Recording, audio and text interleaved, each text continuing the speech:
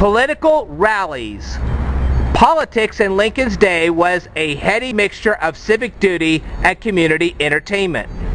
A striking example of mid-19th century hoopla was the gigantic Whig rally and parade held during the 1840 presidential campaign. Whigs supported General William Henry Harrison against the incumbent Democrat Martin Van Buren in the log cabin and hard cider campaign. Whig faithful converged on Springfield from as far as 200 miles in all directions. Veterans of the Revolution and the War of 1812 led the parade. Soon came Illinois' delegations. First among those was the Cook County contingent with a miniature brig 30 feet long and completely rigged, drawn by 6 horses. Fayette County had a log cabin which its delegates had dragged all the way from Vandalia. Bands were plentiful, banners myriad. Up and down 6 streets marched the delegates. When they reached the prairie at the south end of town, 15,000 people were served an old-style barbecue. Hard cider was plentiful.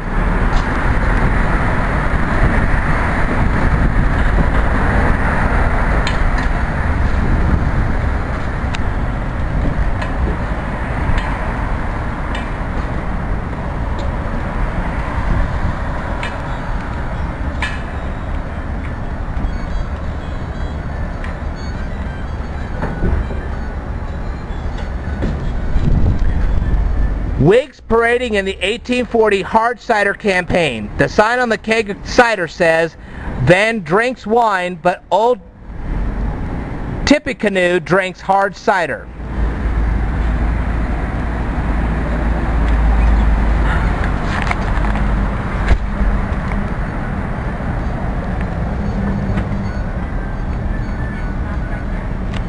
"31-year-old Abraham Lincoln was an ardent Whig in 1840.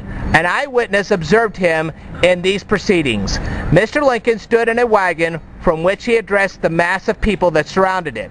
At times he discussed the questions of the time in a logical way, but much time was devoted to telling stories to illustrate some phase of his argument, though more often the telling of these stories was resorted to for the purpose of rendering his opponents ridiculous. One story he told was not the one it would be seemly to publish, but rendered as it was in his inimitable way. It contained nothing that was offensive to refined taste.